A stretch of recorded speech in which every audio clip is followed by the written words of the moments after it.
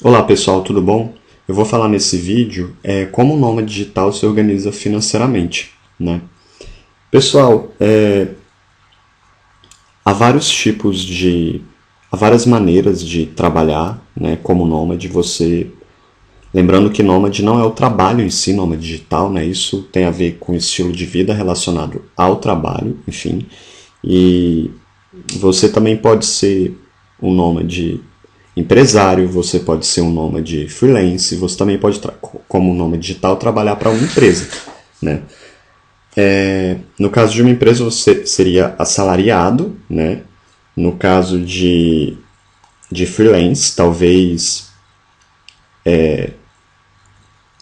você não, em alguns períodos você não tenha uma certa demanda e mesmo como empresário, mesmo que você tenha uma demanda grande e que você receba mais, por exemplo, do que um freelance, todos esses casos eu acho importante guardar dinheiro, né? E não só no caso de nômade digital, acho que qualquer pessoa. Há estudos que revelam que pessoas que têm sucesso, elas guardam bastante dinheiro, né? Então, eu acho importante guardar dinheiro, porque a gente vive num mundo muito efêmero, a gente não sabe o que pode acontecer e, enfim, é importante, né? Então, eu o que eu tenho a dizer sobre isso é principalmente que eu aprendi a lidar com o meu dinheiro como nômade digital e eu aprendi a guardar o meu dinheiro, né? Durante muito tempo eu tive medo, apesar de eu já ser empresário, apesar de eu ter alguns clientes fidelizados, em relação à minha estabilidade financeira. Principalmente porque eu morei em Brasília e todo mundo falava que eu tinha que ser funcionário público.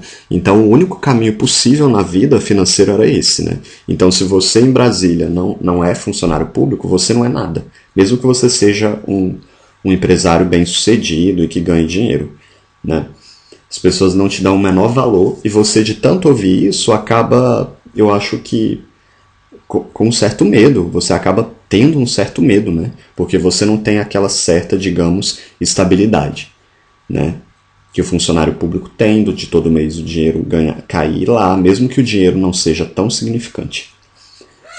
Então, eu tinha muito medo em relação a isso, porque eu cresci nessa cidade ouvindo muita baboseira das pessoas e e mesmo quando eu consegui o meu sucesso, eu não acreditava em mim. É claro, eu estava rodeado de gente que também não acreditava, né? E que via como sucesso passar em um concurso. E um concurso não é qualquer concurso, né? É um concurso privilegiado, né? Do Senado, por exemplo, enfim. E, e eu comecei a eu trabalhava nessa época, tinha um emprego de meio período, e no outro período eu trabalhava na minha empresa com as minhas revisões de texto. E só que eu comecei a ficar muito sobrecarregado como professor, né, na escola onde eu trabalhava durante meio período, porque tinha que corrigir redação de aluno em casa, tinha que dar feedback em casa para aluno, mesmo sem receber um centavo. Então,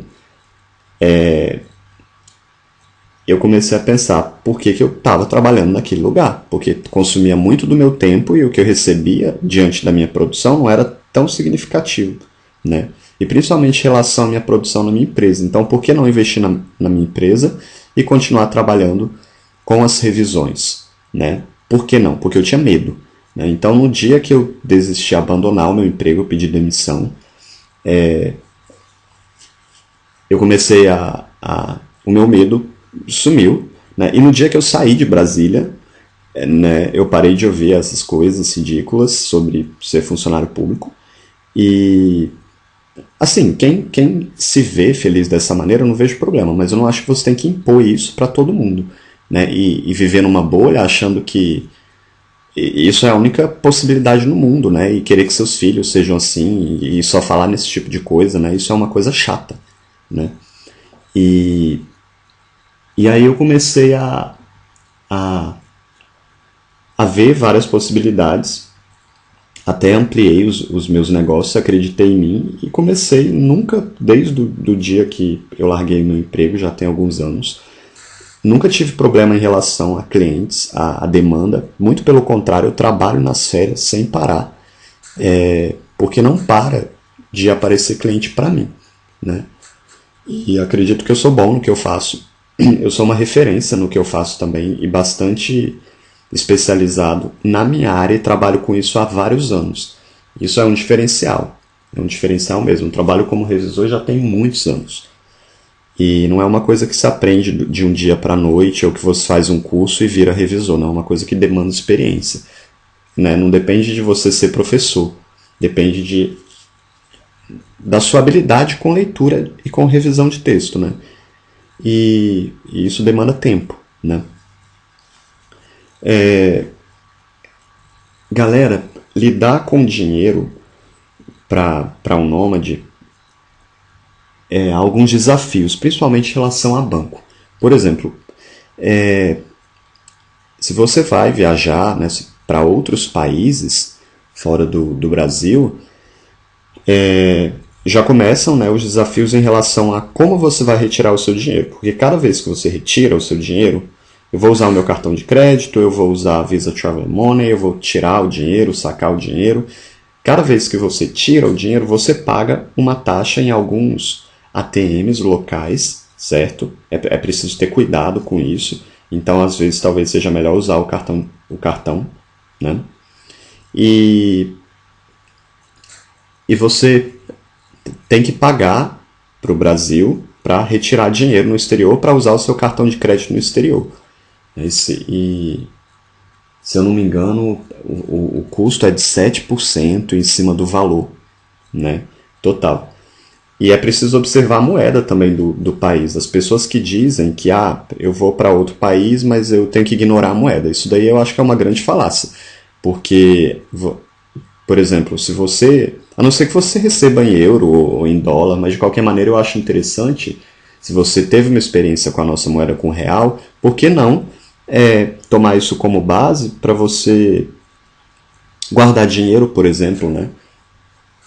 Então,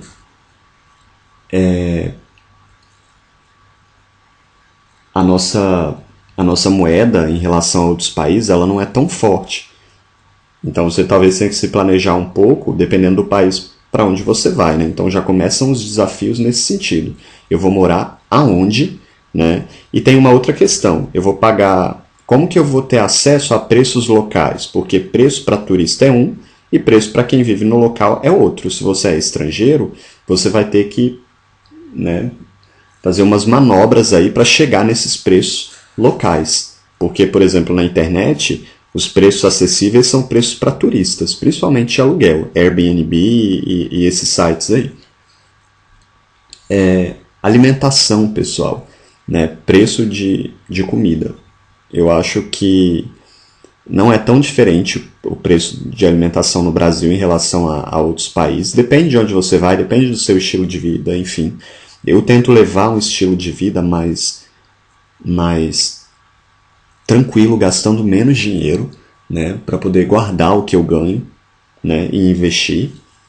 E não tento gastar dinheiro tão facilmente, tento economizar a todo tempo, especialmente porque eu recebo em real, né, e eu não pretendo expandir os meus negócios. Meu negócio é na área de língua portuguesa do Brasil, então a minha relação com o Brasil ela é muito forte.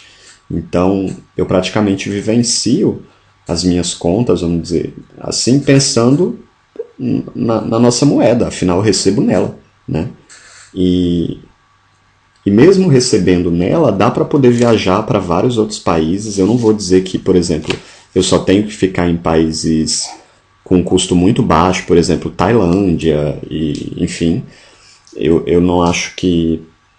Eu não vejo isso tão positivo, só ficar nesses países assim, e enfim. Não estou dizendo que a Tailândia não é um bom lugar, muito pelo contrário. Segurança lá eu sei que é excelente, mas...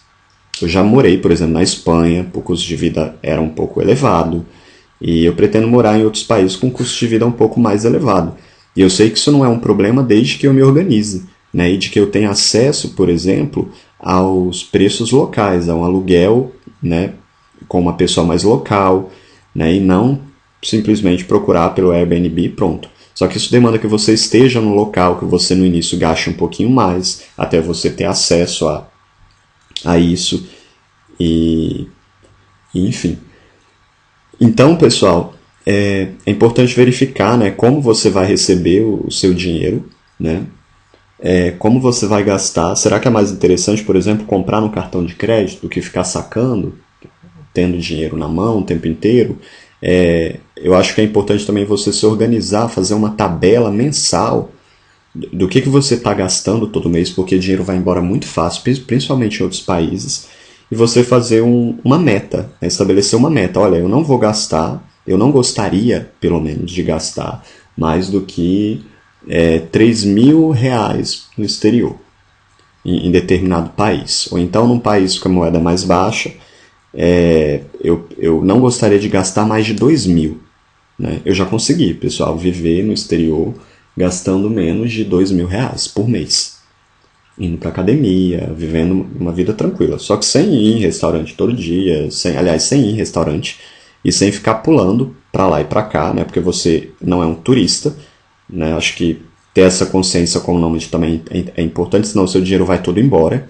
Né? Imagina que, sei lá, você a cada 3 dias decida conhecer uma cidade diferente no país que você está, né? E a moeda seja euro, por exemplo. Seu dinheiro vai embora rapidinho. Então, principalmente porque turismo é feito com preço para turista, né? Então, o turista tem ali 10 dias de férias, ele gasta uma nota nesse tempo. Então, às vezes, você tira férias e gasta mais dinheiro do que você gastou em um mês na sua vida, né? Então, é importante fazer essa balança como nômade digital, principalmente porque as pessoas gostam de viajar. E ser nômade digital não implica viajar o tempo inteiro. Eu prefiro tirar aos finais de semana, fazer coisas para me divertir, e a cada 3 meses e no período de férias fazer uma atividade de férias interessante, né? Em vez de, por exemplo, esse turismo convencional que você tem que fazer tudo de uma vez. Não, até porque é cansativo, né? No final das contas, você tira férias e está mais cansado do que se você não tivesse tirado férias. Eu acho importante, como eu mencionei no início, guardar dinheiro, porque